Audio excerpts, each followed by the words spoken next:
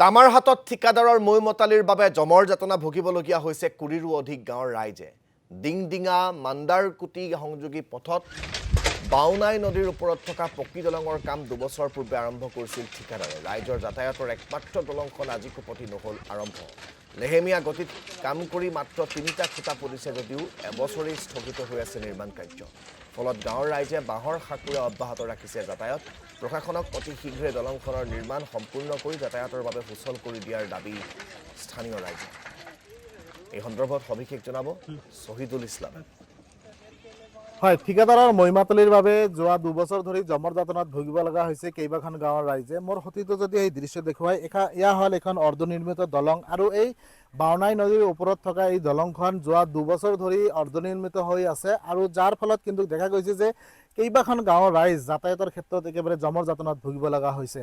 এইখিনিতে এটা কথা ক'ব লাগিব যে ডিংডিঙা আৰু মান্দাৰকুটি সংযোগী যি দলং, সেই দলঙৰ ৰাইজৰ পাৰাপাৰৰ বাবে ঠিকাদাৰে নামমাত্ৰ এখন বাঁহৰ সাঁকো পাতি দিছে আৰু এই বাঁহৰ সাঁকেদি ইয়াত কিন্তু যাতায়াত অব্যাহত ৰাখিছে।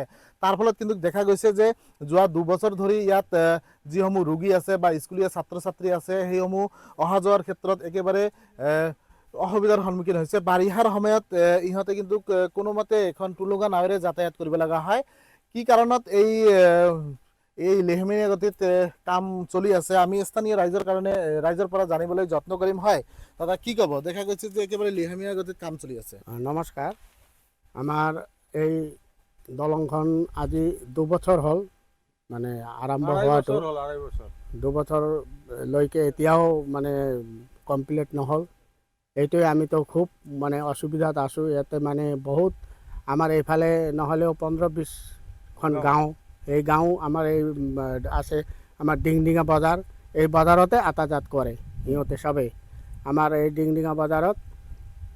আৰ এই আমাৰ যে 2 বছৰ আমি ইমান কষ্টৰে আমি যাতায়াত কৰি আছোঁ, সৰু সৰু স্কুলীৰ ছাত্ৰবিলাকে আছে, আৰ আমাৰ সৰু এটা বাঁহৰ চাকু বনাই দিছে। এইটোতো আমাৰ 6 মাহৰ কাৰণে, 6 মাহৰ পাছততো বানপানী হ'লে এইটো মানে গুচি যাব, মানে বানপানী দিব ভগাই দিব। আৰু আমি খুবেই অসুবিধাত আছোঁ। এইটো মানে অলপ সোনকালে আমাৰ আসাম চৰকাৰক, হেমন্ত বিশ্ব শৰ্মা ছাৰক আমি আহ্বান কৰিম, এই ব্ৰিজটো এই বাৰিষাৰ আগতে যেন আমাৰ ব্ৰিজটো কমপ্লিট হৈ উঠে, এইটোৱে আমাৰ আহ্বান আছে। কি লেহেমীয়া গতিত কাম হৈছে এইটো আমি নাজানো। এইটো কণ্ট্ৰেক্টৰক আমি সুধিলে সি কয় বিল হোৱা নাই। এতিয়া কিবা কাৰণত বিল হোৱা নাই, এইটো আমি ইমান নাজানো আৰু কি। এইটোতো আমি ভাবোঁ যে কণ্ট্ৰেক্টৰে অলপ গাফিলতি হ'ব পাৰে, এইটোৰ কাৰণে এইটো মানে লেহেমীয়া হৈ আছে। শহীদুল ইছলাম, আপোনাক এই মুহূৰ্তত ধন্যবাদ জ্ঞাপন কৰিছোঁ।